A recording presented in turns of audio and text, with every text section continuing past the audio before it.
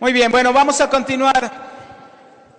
Estamos en este momento en donde Adán y Eva se cosieron hojas de higuera. Versículo 21 de Génesis 3. Y el Señor Dios hizo al hombre y a su mujer túnicas de pieles y los vistió. En este versículo está establecido el plan de redención para toda la humanidad. En este versículo en Génesis está establecido el plan de redención de Dios para toda la humanidad. ¿Por qué? Porque dice que Dios le hizo al hombre y a su mujer túnicas de pieles y los vistió. Algunos podrán pensar, bueno, porque las hojas de higuera a lo mejor no eran muy duraderas. Pero al final de cuentas, en Huerto de Edén, ellos vivían sin hojas de higuera, es decir, podían vivir desnudos. Entonces quiere decir que hay un significado todavía muy profundo acerca de las túnicas de pieles que Dios hizo. ¿Por qué? Porque ahí está explícito el plan de redención. Hebreos capítulo 9, versículo 22, en su segunda parte dice: sin derramamiento de sangre no se hace remisión por los pecados. De tal suerte que para poder vestir a Adán y a Eva de túnicas de pieles, un animal inocente tenía que morir. Y ya se imaginará de qué pieles eran esas túnicas, ¿verdad? Levítico capítulo 17, versículo 11 dice: porque la vida de la carne está en la sangre, y yo os la he dado para hacer expiación sobre el altar por vuestras almas, y la misma sangre haría expiación por la persona. Por eso Dios hizo túnicas de pieles, derramando sangre inocente para la remisión de los pecados. En ese pasaje, en ese versículo, está el plan de redención del Señor para la humanidad y el pecado. Por medio de la sangre derramada de un sustituto, las túnicas de pieles no se hubieran podido conseguir si no hubiese mediado el sacrificio y la muerte de una víctima inocente. No hay forma de cubrir el pecado si no es por medio de la sangre. Hebreos capítulo 10, versículo 4 dice: porque la sangre de los toros y de los machos cabrillos no puede quitar los pecados. Entonces, los animales que se mataban o que después se fueron sacrificando eran para cubrir el pecado. Por eso Juan el Bautista, cuando ve entrar a Jesucristo, dice: he aquí el Cordero de Dios que quita. Porque la muerte de los animales no quita el pecado, solamente cubría. Lo que hicieron esas pieles fue cubrir al ser humano de su pecado, pero tenía que venir el Cordero de Dios, el Hijo de Dios, para quitar el pecado del mundo. Desde Génesis está escrito el plan de redención. Hebreos capítulo 10, versículo 11 dice: y ciertamente todo sacerdote está día tras día ministrando y ofreciendo muchas veces los mismos sacrificios que nunca pueden quitar los pecados, solamente los podían cubrir. Por eso nosotros somos una generación bendecida, hermanos, porque nosotros tenemos a Jesucristo, el que quita el pecado de nuestra vida. Juan capítulo 1, versículo 29 dice: el día siguiente vio Juan a Jesús que venía a él y dijo: he aquí el Cordero de Dios que quita el pecado del mundo. Por eso Dios vistió de túnicas de pieles a Adán y a Eva. ¿Qué estaba diciendo Dios? Les otorgo el perdón. A pesar de lo que son, a pesar de lo que hicieron, yo les perdono, pero no lo que no les voy a perdonar son las consecuencias de su pecado. Versículo 22 de capítulo 3 de Génesis: y dijo el Señor: he aquí el hombre es como uno de nosotros, sabiendo el bien y el mal. Y ahora pues, no alargue su mano y tome también del árbol de la vida y coma y viva para siempre. ¿Por qué? Porque en un principio Adán y Eva fueron o eran eternos, a la misma semejanza de Dios, con eternidad. Pero a través del pecado, la paga del pecado es muerte. Entonces una persona que ha entrado en muerte no puede entrar en el reino de Dios. Por lo tanto, necesita un proceso de expiación, un proceso de de purificación, de santificación para poder entrar nuevamente. Entonces, dice, es como uno de nosotros sabiendo el bien y el mal. Significa que ellos son como sabiendo ahora, ellos van a buscar la manera de investigar entre lo que está bien y lo que está mal. Ellos tienen esa libertad de escogerla. Entonces vamos a quitar ese árbol de en medio del huerto, el árbol de la vida. Y la palabra es como uno de nosotros. Es la palabra en hebreo hayá, que dice existir o tener un lugar en la eternidad. Ellos son eternos, pero por causa del pecado ahora han muerto. Ya no pueden tomar de ese árbol de la vida para existir siempre. Ahora van a tener que entrar a un proceso de redención.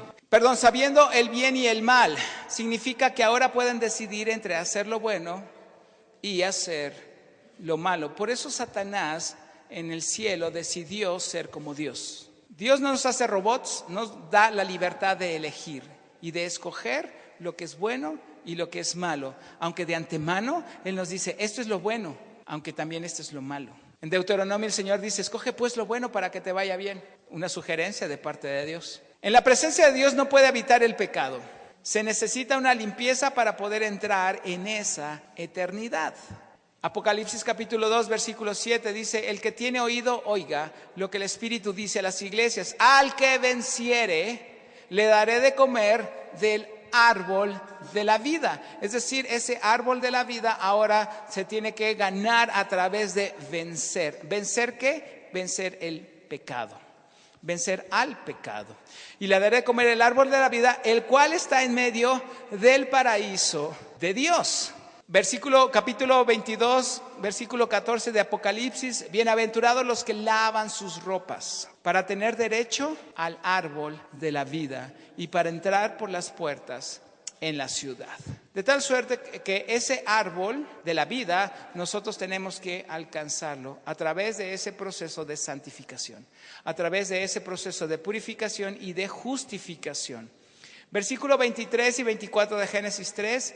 Y estas son las consecuencias del pecado. Y lo sacó el Señor del huerto de Edén para que labrase la tierra de que fue tomado. ¿Se acuerda que en Génesis capítulo 2 vimos que la tierra no necesitaba manutención? Bueno, desde que sale Adán del huerto de Edén, ahora necesita manutención la tierra. Eso fue lo que causó el pecado. Y dice, echó pues fuera al hombre y puso al oriente del huerto de Edén querubines y una espada encendida que se revolvía por todos lados para guardar el camino del árbol de la vida. Puso querubines. ¿Por qué el Señor no puso ángeles? ¿O por qué no puso serafines? ¿Por qué puso querubines? Porque Satanás tiene el mismo rango. Satanás es un querubín. Entonces, para tener el mismo nivel de autoridad, el Señor, para guardar ese árbol o ese camino al árbol de la vida, pone querubines. Capítulo 4. Son expulsados Adán y Eva. Le explico.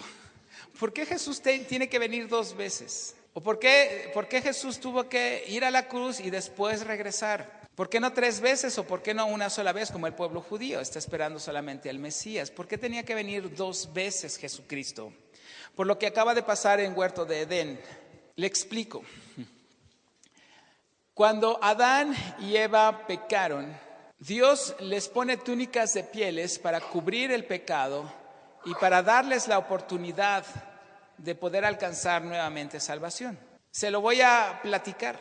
Satanás viene con Dios y le dice, yo pequé y fue destituido del cielo y ahora estoy destinado al infierno.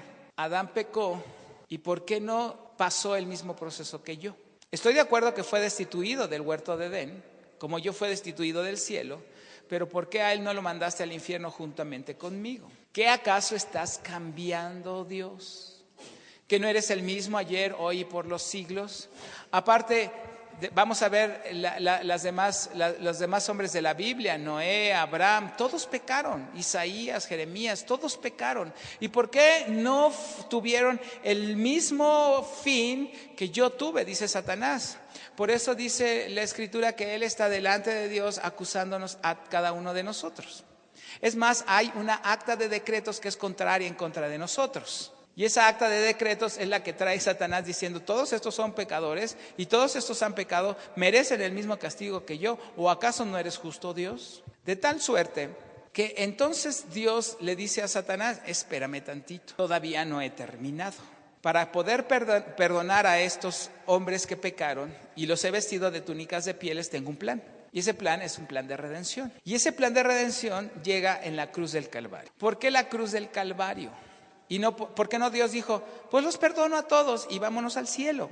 Sería sencillo, los perdono a todos y vámonos al cielo. ¿Para qué tengo que llevar a mi hijo a la cruz del Calvario? Sencillo, porque Dios siendo justo no puede perdonar pecados y seguir siendo justo. Dios siendo justo no puede perdonar pecados y seguir siendo justo. Le explico. Imagínese, este ejemplo siempre lo he puesto. Imagínese que yo voy llegando a mi casa y entonces encuentro a un hombre con un cuchillo y está matando a mi hijo. En ese momento yo me abalanzo sobre de él, lo amordazo. Obviamente mi hijo murió, pero yo lo amordazo y lo llevo ante un juez. Llevo todas las pruebas. Es más, llevo al mismo delincuente con la sangre de mi hijo para que tomen pruebas. Y el juez dice, yo soy un juez justo, pero también soy un juez muy bueno. Por lo tanto, lo perdono.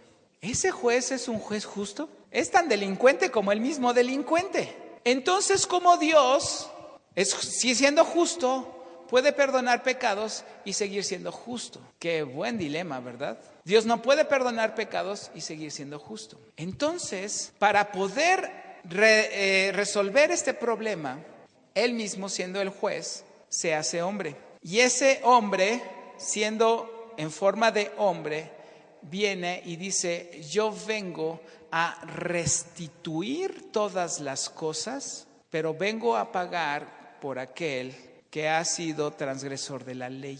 Y aún así, a ese que ha sido transgresor de la ley, lo voy a hacer mi hijo. Y mi hijo va a pagar por él. Y a ti te voy a regresar todo lo que has perdido. Y te voy a restituir todas las cosas. Por eso Jesús va a la cruz del Calvario a pagar por nosotros y a cumplir la ley. Ojo por ojo, diente por diente, vida por vida. Y usted podría decir, ¿cómo es posible que el Hijo de Dios, solamente unas cuantas horas en una cruz, pudo pagar por los pecados de toda la humanidad? La respuesta es muy sencilla, porque el Hijo de Dios es lo más valioso que hay en todo el universo y su valor sobrepasa todo el valor de la humanidad. Por eso su muerte es más que suficiente. Y en la cruz del Calvario, todas aquellas actas de decreto que eran contrarias a nosotros, el Señor le dice a Satanás, jaque mate, porque ahora ellos han sido justificados y ahora ellos tienen derecho a vivir eternamente junto con mi Hijo. Pero tú, por cuanto pecaste en el cielo mismo, tú ya no tienes remisión de pecados. Y ahora mis hijos pueden ser capaces de venir a mi reino y reinar juntamente con mi Hijo. Esa es la cruz del Calvario. Y por eso Jesús necesita venir por segunda vez. Y la segunda vez le viene a decir a Satanás, ahora sí, Satanás, tú y todos los que son como tú van a recibir el mismo castigo que tú. Pero aquellos que hayan escapado de todo esto, recibirán la gloria eterna juntamente con mi Hijo. Por eso es tan importante saber lo que sucedió en la cruz del Calvario, para que usted y yo sepamos qué tanto agradecimiento le debemos a Él. Y desde Génesis estaba plasmado esto. Llega Abel y Caín, capítulo 4 de Génesis, versículos 1 y 2. Conoció Adán a su mujer Eva, la cual conoció y dio a luz a Caín, y dijo, por voluntad del Señor he adquirido varón. Después dio a luz a su hermano Abel, y Abel fue pastor de ovejas, y Caín fue labrador de la tierra. Versículo 3, y aconteció que andando el tiempo, que Caín trajo del fruto de la tierra una ofrenda al Señor. Versículo 4, y Abel trajo también de los primogénitos de sus ovejas, de lo más gordo de ellas, y miró el Señor con agrado a Abel y a su ofrenda, pero no miró con agrado a Caín y a la ofrenda suya, y se ensañó Caín en gran manera y decayó su semblante. La pregunta es, ¿por qué Dios no recibió la ofrenda de Caín y sí aceptó la ofrenda de Abel? Muchas de las personas dicen que porque Caín ofreció del fruto de la tierra y que Abel de los animales, y que por eso Dios no recibió la ofrenda. Nada que ver, hermanos, nada que ver con el tipo de ofrenda. ¿Por qué? Mire, le voy a explicar. Levítico capítulo 27, versículo 30 dice: el diezmo de la tierra, así de la simiente de la tierra, como el fruto de los árboles, es del Señor. Es cosa dedicada al Señor. Éxodo capítulo 23, versículo 16 dice: también la fiesta de la siega, los primeros frutos de tus labores que hubieses sembrado en el campo, y la fiesta de la cosecha a la salida del año, cuando hayas recogido los frutos de tus labores del campo, las traerás al Señor.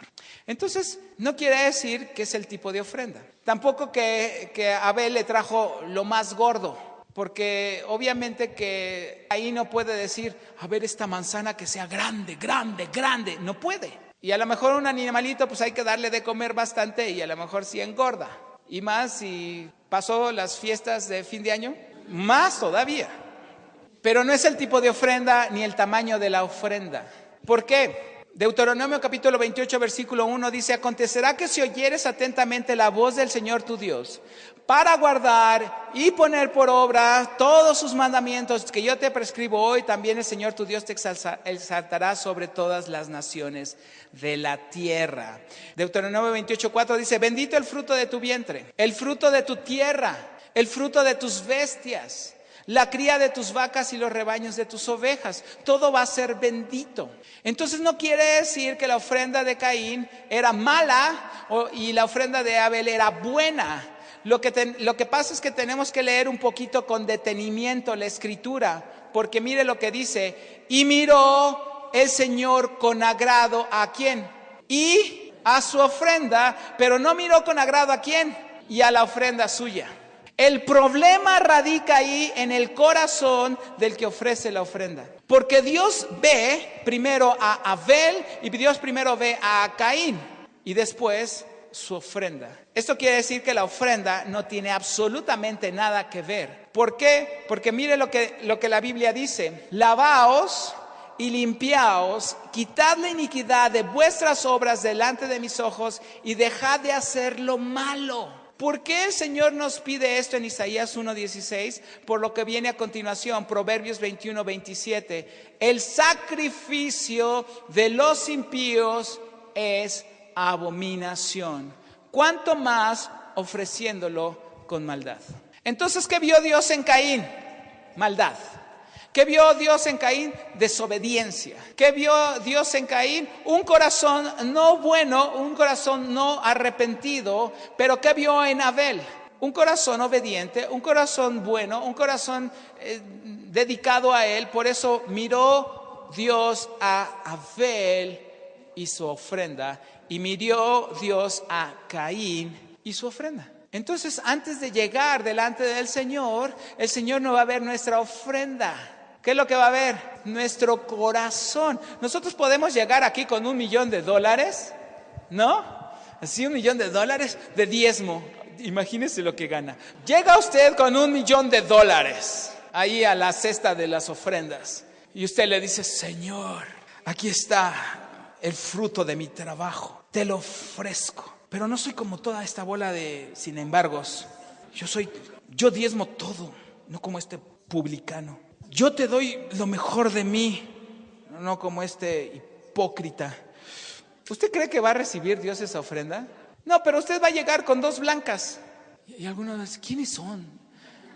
2 monedas, para que me entiendan, ¿no? Como aquella viuda que llevó 2 blancas. Bueno, con 2 moneditas. Pero es su corazón devoto a las cosas de Dios, es un corazón con ganas de obedecer a Dios, y es lo único que tengo que ofrecer a Dios. Y Señor, yo, aunque sea poquito, pero yo te lo ofrezco de todo corazón, y lo pone ahí. ¿Usted cree que va a recibir esa ofrenda? Por supuesto que sí. Ahora, no por eso vamos a demeritar lo que dice la Escritura. Ay, Señor, mira, no es el diezmo, ni es el diezmo del diezmo, pero es lo que quiero darte, pero te lo doy con todo mi corazón. ¿Usted cree que va a recibir esa ofrenda? Tampoco. ¿Qué dice Hebreos 1:4? Por la fe, Abel ofreció a Dios más excelente sacrificio que Caín. ¿Por qué? Por lo cual alcanzó testimonio de que era ¿qué? ¿Qué es lo que estaba viendo el Señor en Abel? Justicia, que era un hombre justo. Por eso ofreció más excelente sacrificio. El sacrificio no tiene nada que ver, sino el corazón hace que ese sacrificio se haga excelente. Y luego dice, dando Dios testimonio de sus ofrendas. Y muerto aún habla por ella. Le está reclamando al Caín. Versículos 6 y 7. Entonces el Señor le dijo a Caín, ¿por qué te has ensañado y por qué ha decaído tu semblante? Si bien hicieres, ¿no serás enaltecido? Y si no hicieras bien, el pecado está a la puerta. Era lo que les digo, que estamos en guerra. El pecado está a la puerta. No podemos descuidarnos. No podemos bajar la guardia. Mientras estemos en comunión con Dios, tenemos su protección, tenemos su cuidado, recibimos de su amor, recibimos de su paz, aunque el mundo esté en caos. Pero si nos descuidamos, el pecado está a la puerta. Y dice, con todo esto, a ti será tu deseo, a ti será su deseo y tú te enseñorearás de él. ¿Qué significa esto? Que nosotros tenemos la capacidad para poder vencer al pecado. Nosotros tenemos las herramientas necesarias para vencer al pecado. Nosotros podemos vencer al pecado, resistir al diablo y éste huirá de vosotros. Y 1 de Pedro nos dice que hay que resistir firmes en la fe. De tal suerte que le estaba diciendo a Caín, Caín, arrepiéntete. Hebreos 11:4, perdón, lo corrijo. Hebreos no es Hebreos 1:4, es Hebreos 11:4. Bien, seguimos. Gracias, Isaac. Y dijo Caín a su hermano Abel, salgamos al campo. Yo creo, en el original hebreo dice, vamos a echarnos un pollito. Y aconteció que estando ellos en el campo, Caín se levantó contra su hermano Abel y lo mató. No dice con qué lo mató, porque por ahí hay algunos dicen que con una quijada de burro. No lo mató la quijada, lo mató el burro de Caín. Y el Señor dijo a Caín, ¿dónde está Abel tu hermano? Y él respondió, no sé. ¿Soy acaso guarda de mi hermano? Cuando alguien ha pecado, cuando alguien ha hecho lo malo, se nota por su respuesta. Si usted quiere saber si alguien ha hecho algo bien o algo mal, vea su respuesta. Y si su respuesta es como la de Caín, hizo algo bastante malo. Ya no continuamos con el resto. Primera de Juan capítulo 3, versículo 2 y 13 dice, no como Caín, que era del maligno y mató a su hermano. Ahora sí se da cuenta qué corazón tenía Caín. Dios miró a Caín y a su ofrenda. Su ofrenda, ¿por qué no la recibió? Porque él era del maligno y mató a su hermano. ¿Y por qué causa lo mató? Porque sus obras eran malas. Ahí nos está hablando cuál era el corazón de Caín. Sus obras eran malas. Aunque le hubiera traído animales gordos, el Señor no hubiera recibido la ofrenda de Caín. Y la de sus hermanos serán justas. Hermanos míos, no os extrañéis si el mundo os aborrece. Este es un tipo del mal, aparentemente venciendo al bien, el mal venciendo al bien. Pero al final de los tiempos, los justos se levantarán triunfando sobre el mal. Este es un tipo de que muchas veces el mal parece que triunfa sobre el bien. Pero al final de los tiempos, los justos se levantarán en contra del mal. Génesis capítulo 4, versículo 10, y él le dijo, ¿qué has hecho? La voz de la sangre de tu hermano clama a mí desde la tierra. La voz de la sangre de tu hermano. Y hay algunos que agarran la palabra literalmente y dicen, ¿a poco la sangre le está diciendo, Señor, hazme justicia? No, sino que esa es una frase diciendo, aún lo que tú has hecho está en mi presencia y está reclamando justicia. No quiere decir que la sangre esté diciéndole, Señor, hazme justicia. No, sino que es el hecho que está pidiendo que se haga justicia desde la tierra. Mateo capítulo 23, versículos 35 y 36 dice, para que venga sobre vosotros toda la sangre justa que se ha derramado sobre la tierra, desde la sangre de Abel el justo hasta la sangre de Zacarías, hijo de Berequías, a quien matasteis en el templo y el altar. De cierto os digo que todo esto vendrá sobre estas generaciones. Es decir, es un juicio que hay sobre la humanidad. Hay un juicio que hay sobre aún el pueblo de Dios, por cuanto no han recibido el mensaje de perdón, el mensaje de salvación, el mensaje de redención, sino que se matan unos a otros. Es más, por ahí hay una frase que dice que el único ejército que se matan entre los mismos soldados es el ejército de Dios. ¿Usted ha visto un ejército que se maten entre ellos? Pero en el ejército de Dios, ¿verdad que sí nos matamos entre nosotros? No se diga cuando nos gusta hablar de más. Ay, te voy a decir lo que hizo el hermano Melquiades. A ver, cuenta para orar. ¿Lo ha escuchado por ahí? Mire, yo todos estos testimonios se los cuento porque me gusta tener, es una historieta de ciencia ficción que se llama Cristianos en Acción. Después se la paso para que la lea, está bien interesante. Segunda de Crónicas capítulo 24, versículo 19 y 21 dice, y les envió profetas para que los volviesen al Señor, los cuales les amonestaron, mas ellos no los escucharon. Entonces el Espíritu de Dios vino sobre Zacarías, hijo del sacerdote Joiada, y puesto en pie, donde estaba más alto que el pueblo, les dijo, así ha dicho el Señor, ¿por qué quebrantáis los mandamientos del Señor?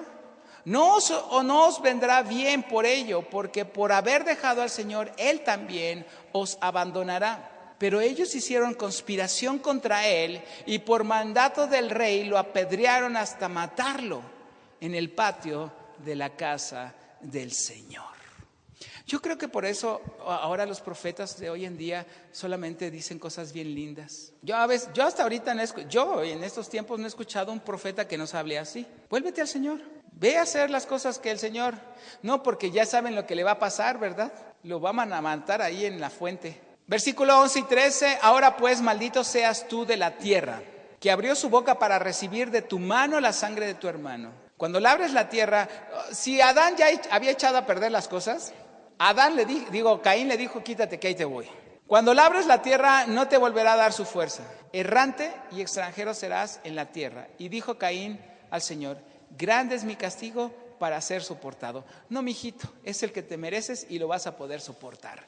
Porque Dios no pone una carga más allá de la cual nosotros podamos sobrellevar. Así es que le dijo, ese es tu castigo. Y el otro, bien triste, no, ay, es que esto es imposible. La verdad es que yo no voy a poder vivir así. Imagínate, labrando la tierra y no me va a dar su fuerza, errante y extranjero. Pero esas son las consecuencias de la desobediencia, mis hermanos. Deuteronomio capítulo 28, versículos 65 al 66 dice, y ni aún entre estas naciones descansarás, ni la planta de tu pie tendrá reposo, pues ahí te dará el Señor corazón temeroso y desfallecimiento de ojos, tristeza de alma, y tendrás tu vida como algo que pende delante de ti. Estarás temeroso de noche y de día, y no tendrás seguridad de tu vida. ¿Usted cree que ese es un texto actual? Pero sí fue escrito hace un titipuchal de años. Hermanos, si nosotros vivimos en desobediencia a la palabra de Dios, esta es nuestra forma de vida. Si nosotros no queremos obedecer la palabra de Dios, esta es nuestra forma de vida. Si usted y yo vivimos así, es porque no estamos obedeciendo a Dios. Si usted y yo vivimos de esta manera, es porque no estamos en comunión y en pacto con Dios. Si estamos en desobediencia, ahí le va. Tu pie no tendrá reposo, corazón temeroso, desfallecimiento de ojos, tristeza del alma.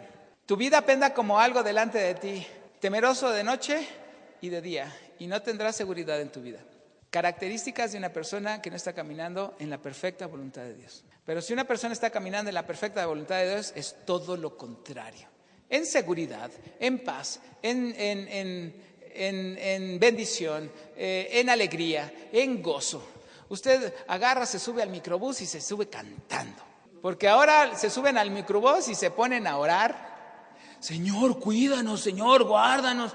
Y luego como los microbuseros también van de arriba para abajo, Señor, que este cuate no vaya a chocar. Es la única manera en que oramos, hermanos. Al menos hay que darle su mérito a los microbuseros. Todo mundo ora.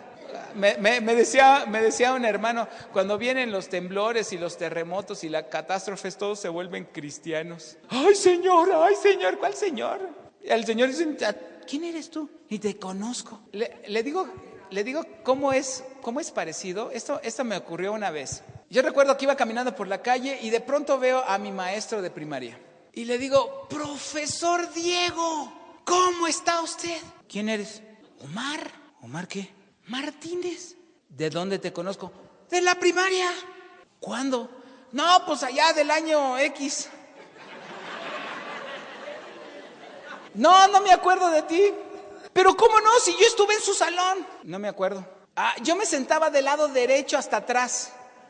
No, pues menos. Y lo chaparro menos. No te ves. ¿Y si veías el pizarrón? No me acuerdo, pero yo estuve con usted. Es más, usted me dio mi certificado de 5º de primaria. No me acuerdo, no sé quién eres. Cuando conocí yo al Señor y vi esa cita que dice, apartados de mí, hacedores de maldad, porque no te conozco. Me acordé de aquel encuentro con el maestro Diego.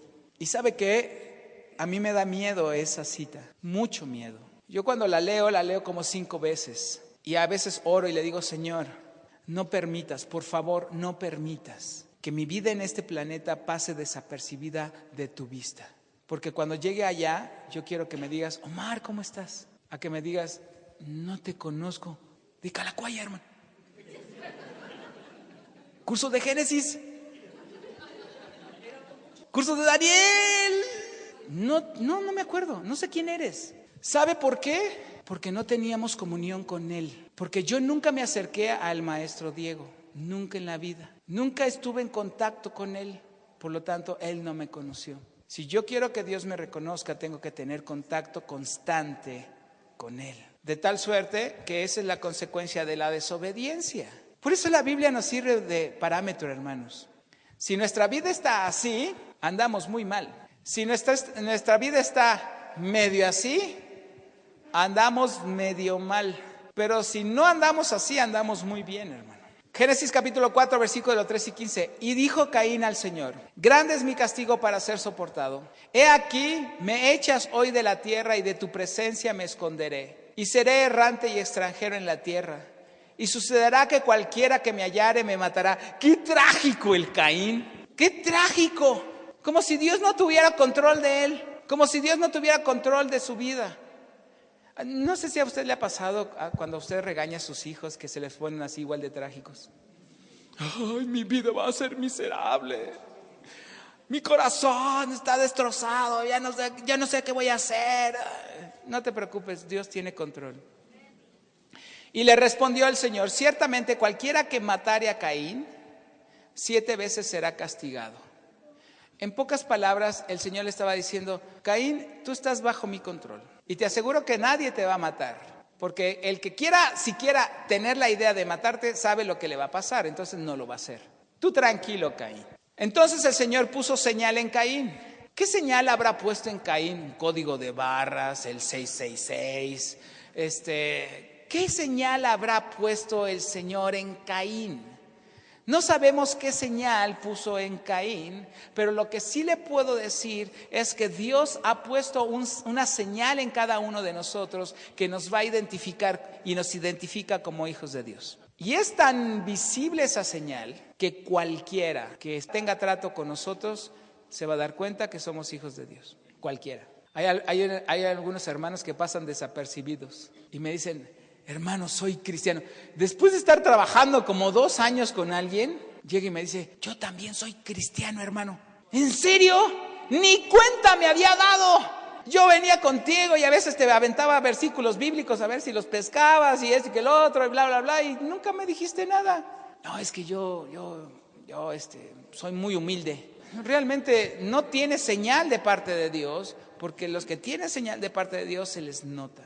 Pues nuestra congruencia con la vida cristiana, eso es. Génesis capítulo 4, versículos 16 y 17 dice, salió pues Caín, ya me voy rápido porque ya se me acabó el tiempo. Salió pues Caín de delante del Señor y habitó en tierra de Nod, al oriente de Edén. Y conoció Caín a su mujer, Ya explicamos por qué Caín conoció a su mujer en Génesis 1. Digo, en Génesis 2. Génesis 1 y Génesis 2. Ahí vimos la clase pasada por qué ahorita Caín, dice, salió de ahí y conoció a su mujer, la cual consiguió y dio a luz a Enoc y edificó una ciudad y llamó el nombre de la ciudad del nombre de su hijo Enoc. Este no es el Enoc que caminó con Dios, este es otro Enoc. Para que no lo vayan a confundir, este no es el Enoc que caminó con Dios, sino ese es otro Enoc, el hijo de Caín. Nod en el hebreo significa errante. La tierra de Nod es errante. Y Caín o Caín en el hebreo su nombre significa lamentar, lanzar para golpear. Entonces ya entendimos por qué actuaba así Caín y por qué se fue a la tierra de Nod. Realmente los nombres fueron puestos por Dios en ese entonces, por voluntad de Dios, para que pudiéramos entender el propósito de Dios. Porque muchas veces en la Escritura dice, y nació fulanito y le puso nombre tal. Muchas de esas cosas que Dios hizo, las hizo para que los hombres mandaran un mensaje. Y ya la clase que viene, que vamos a ver el arca de Noé y el diluvio y todo esto, vamos a ver un capítulo que es el capítulo 5, un capítulo completo destinado a una genealogía. Y la pregunta es, ¿por qué Dios destinó un capítulo completo para poner nombres? Y ahí nos vamos a dar cuenta por qué pasan estas cosas. Por lo tanto, la descendencia de Adán, capítulo 5, de lo que estábamos hablando. Yo se lo resumí para que no tenga mucho problema. Génesis capítulo 5, un capítulo completo para describir una genealogía. Y mire lo que dice. Adán engendró a Set, Set a Enos, Enos a Cainán, Cainán a Mahalalel, Mahalalel a Jared, Jared a Enoc, Enoc a Matusalén, Matusalén a Lamec y Lamec a Noé. Ahí no dice Adán engendró a Abel, porque en Abel se cortó la descendencia. Y no puso el nombre de Caín, porque para Dios ese hijo ya no existe. Por lo tanto, Adán engendró a Set. Usted va a decir, ¿y a mí de qué me sirve saber esa genealogía? Porque en el capítulo 5 volvemos nuevamente a recibir el plan de redención para toda la humanidad. Abel porque se pierde la descendencia porque lo mataron. Y a Caín Dios no lo toma como hijo. Ahora, Adán significa hombre. Set significa sustituto. Enos, causa de mortalidad o pecado. Cainán, adquirir o comprar. Mahalalel, alabanza a Dios. Jared significa descender. Enoc significa dedicado a enseñar o discipular. Matusalén significa su muerte enviará. Y Lamec, poderoso. Noé, reposo. Esta es la genealogía desde Adán hasta Noé. Ahora la unimos. Un hombre sustituto, por causa de la mortalidad, es decir, del pecado, adquiere o compra alabanza a Dios y desciende para dedicarse a enseñar y discipular. Y su muerte enviará un poderoso reposo. ¿De quién está hablando? El perfecto plan de redención en Jesucristo para la humanidad, basado en una descendencia, que los nombres fueron puestos por Dios para enseñarnos un propósito, el perfecto plan de redención en Jesucristo. Mis hermanos, hemos terminado el día de hoy. Les voy a dejar esa lámina. Vamos a orar.